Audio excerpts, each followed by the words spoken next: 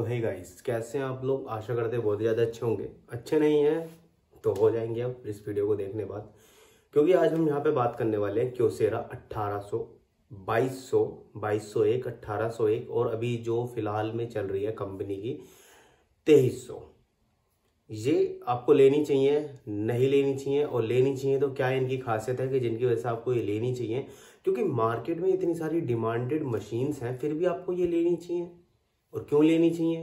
पुरानी मिल रही है तो क्या ले लेनी चाहिए या नई ही लेनी चाहिए? इन बहुत सारे सवाल आपके मन में होते हैं जब आप कोई भी काम स्टार्ट करते हो, फोटोकॉपी का हो, चाहे प्रिंट लेने का हो, चाहे आप एक बल्क में फोटोकॉपी करना चाहते हो। तो यहाँ पे हम सारी बात करेंगे, प्राइस की भी बात करेंगे, कौन सा मॉडल लेना चाहिए उसकी बात करेंगे, स्पीड की बात करेंगे, कितने पेपर तक यानी कितना बड़ा तक पेपर आपकी जो मशीन है वो प्रिंट कर सकती है और स्कैन कर सकती है, क्या कलर स्कैन करेगी, ब्लैक एंड व्हाइट स्कैन करेगी। बहुत सारे सवाल होते हैं एक मशीन को लेते समय।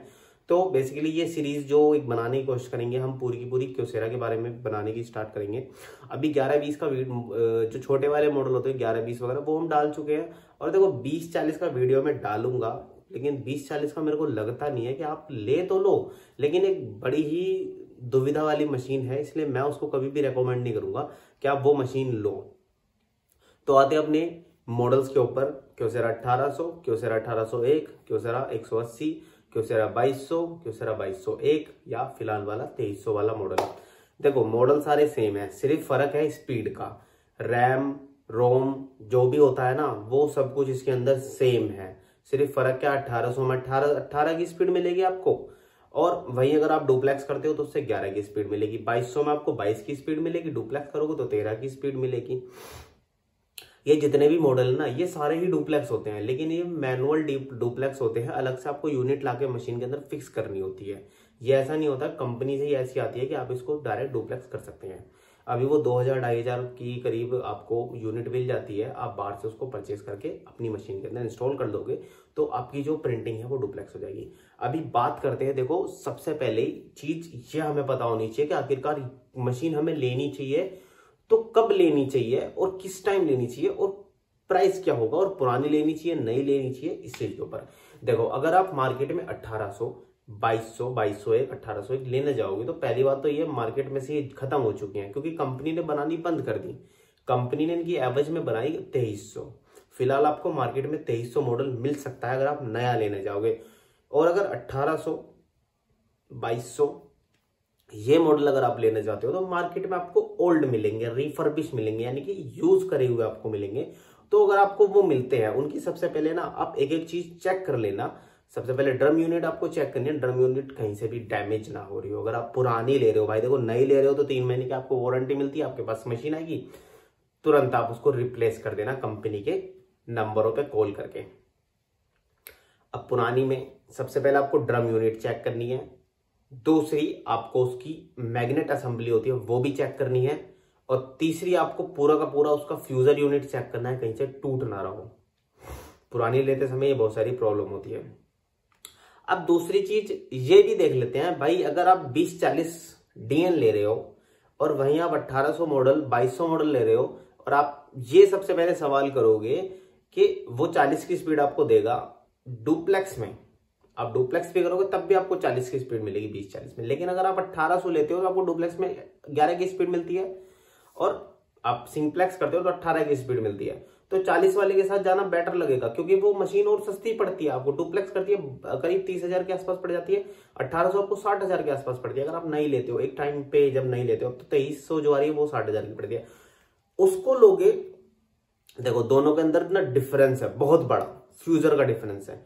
आप जहां 1800 या इसके सिमिलर मॉडल लेते हो तो उसके अंदर आपको जो फ्यूजर है ना, वो फ्यूजर के अंदर आपको मिलता है रोलर लगा हुआ, जो कि एल्यूमिनियम का रोलर होता है। अब एल्यूमिनियम का रोलर क्या होता है कि आप आराम से उसको चेंज कर सकते हो, मार्केट से आप लोकल लाओ डाल दो मस्त चलेगा, कोई दिक्कत नहीं है। वहीं आप अगर 2040 की बात करें तो 2040 के अंदर आपको टेफ्लॉन मिलती है।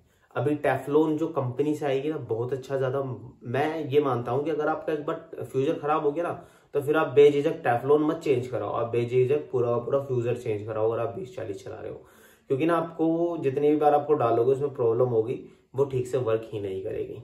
तो ये हम कंपैरिजन कर रहे थे। और दूसरी चीज है, आप 1800 लेते हो, 2200 लेते हो, 2300 लेते हो, उसका ना थोड़ा बड़ा ड्रम होता है, उसका ड्रम A3 का होता है। तो A3 का ड्रम आप जब लोगे ना तो आपको प्रिंटिंग आपकी अच्छी आती है और क्वालिटी बहुत ज्यादा अच्छी होती है।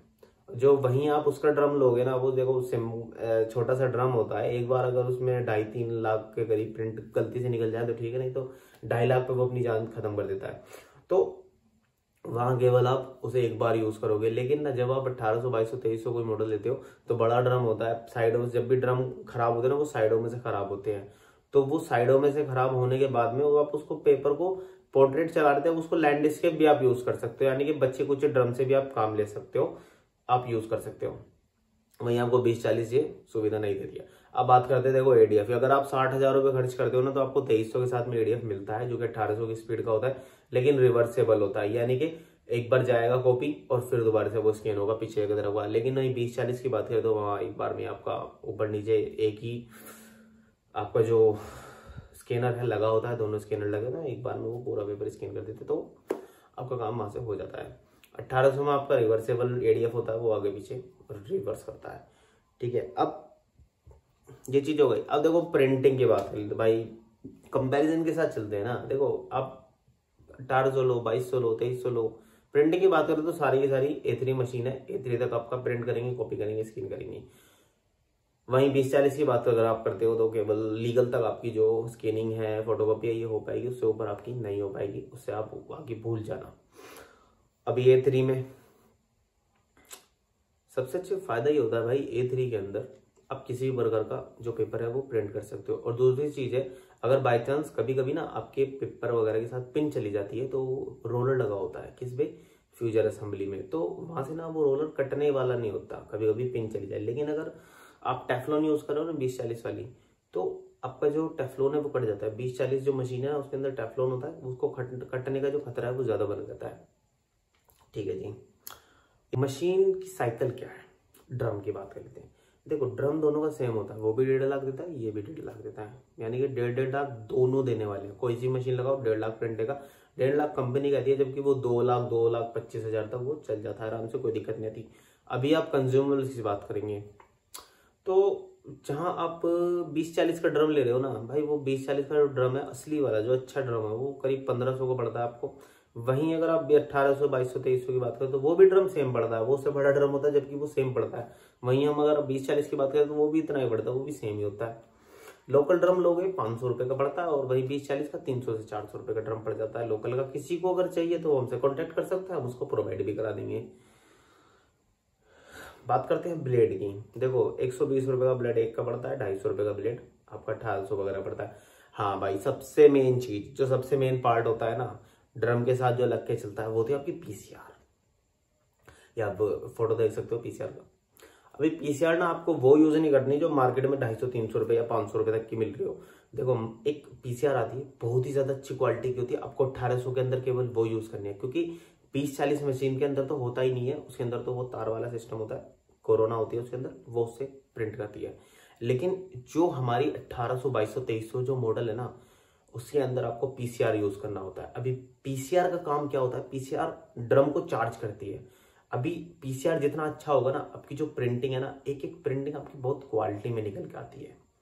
मैं खुद यूज करता हूँ, मेरा करीब जो PCR है 1200 रुपए का एक बार में PCR डलता है, 2.5-3 लाख कॉपी आराम से निकलती है। उसके बाद वो चेंज मेरे को करना होता है, वही ड्रम वगैरह सब एक साथ में चेंज कर देता हूँ उसका ब्लेड सब, ब्लेड भी बच जाता है जबकि वो बढ़िया चलता है, कोई दिक्कत नहीं है। तो प्राइस की बात हो गई, प्रिंट की बात हो गई, अभी कंज्यूमेबल्स की बात कर लेते हैं, यानी कि पावर कितनी खाने वाली है। आपकी जो 20-40 है वो 1.2 किलो वाट के आसपास आपकी जो पावर है वो कंज्यूम होगी, 1.2 किलो वाट के आसपास। 1800 को भाई पूरी की पूरी अगर स्टार्ट करोगे ना तो 1.5 किलो वाट पूरा का पूरा चाहिए, यानी कि आपको अच्छी खासी पावर जो है यूज करनी होगी। लेकिन अगर आप प्रिंटिंग की बात करो ना भाई, प्रिंटिंग जो 1800 की प्रिंटिंग है ना, बेशक स्लो करती हो लेकिन काफी अच्छी प्रिंटिंग है। तो गाइज इनके जो स्कैनर होते हैं ना, वो आपके black and white, grey scale and then colour, तीनों ही जो स्कैनिंग है वो कर लेते हैं।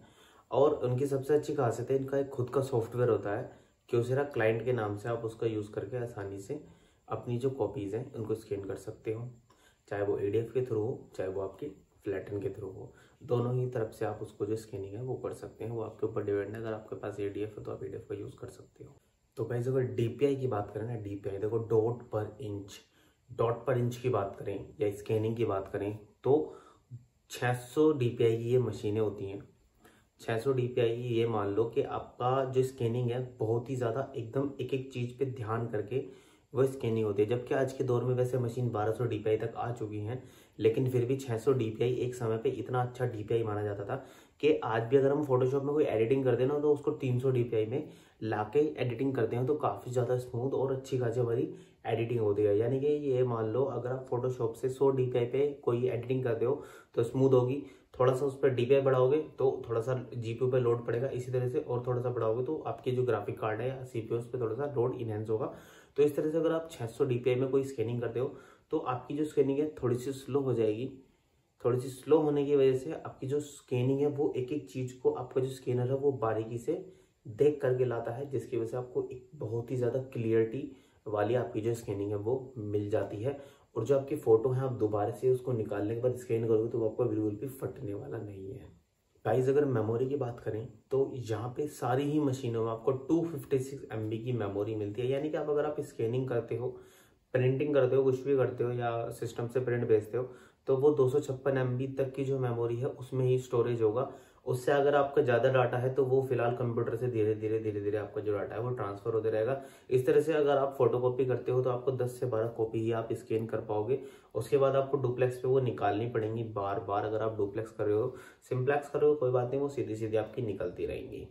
और फ्रेंड्स अगर आप रिपेयरिंग की बात करें मशीनों को 1800, 2200 या 2300 तो आप खुद अपने आप स्कैनिंग मतलब रिपेयरिंग कर सकते हो, चाहे वो स्कैनर की हो, क्योंकि स्कैनर की तो हम खुद ऑलरेडी वीडियो अपने जो चैनल है उस पर डाल चुके हैं, फ्यूज़र की भी डाल चुके हैं और आपका ड्रम वगैरह की भी डाल चुके हैं, बल्कि आपकी जो लेज़र असेंबली होती है उसको भी डाल चुके हैं। भाई पूरा का पूरा 20 मिनट का वीडियो है, तो आप आराम से बेझिझक ले लीजिए। आपको कोई भी सपोर्ट कुछ भी चाहिए हो हमें बेझिझक कॉन्टैक्ट कर लेना, लिंक हमारा डिस्क्रिप्शन में मिल जाएगा, वहाँ से हमारा फ़ोन नंबर फ़ोन से हमसे कॉन्टैक्ट कर सकते हैं। तो आज का वीडियो इतना ही था फ्रेंड्स। आई होप आपको कोई चीज़ ना समझ में आई हो, वैसे तो कोशिश पूरी की है कि आपको समझ में आ जाए, लेकिन फिर भी अगर लगता है कि आपको कोई चीज़ रह गई है तो आप हमें कमेंट कर सकते हैं। नेक्स्ट वीडियो में उसको कोशिश करेंगे कि उसको कंप्लीट हो जाए। तो thanks for watching this video and love you friends.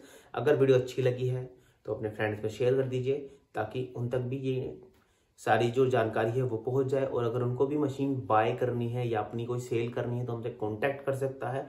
और चैनल को सब्सक्राइब करे अगर बिल्कुल ना जाए, क्योंकि ये सारी की सारी वीडियो की जो सीरीज है वो बनने वाली है, जिससे कि आपको सारी मशीनों का पता चलेगा कि कौन सी मशीन लेनी चाहिए, किस तरह की नहीं लेनी चाहिए। वो सारी हम बात करेंगे और क्यों नहीं लेनी चाहिए और कब लेनी चाहिए, वो सारी आपको जानकारी यहाँ से मिलती रहेगी। तो thanks for this video and love your friend to subscribe this channel. मिलते हैं नेक्स्ट वीडियो में।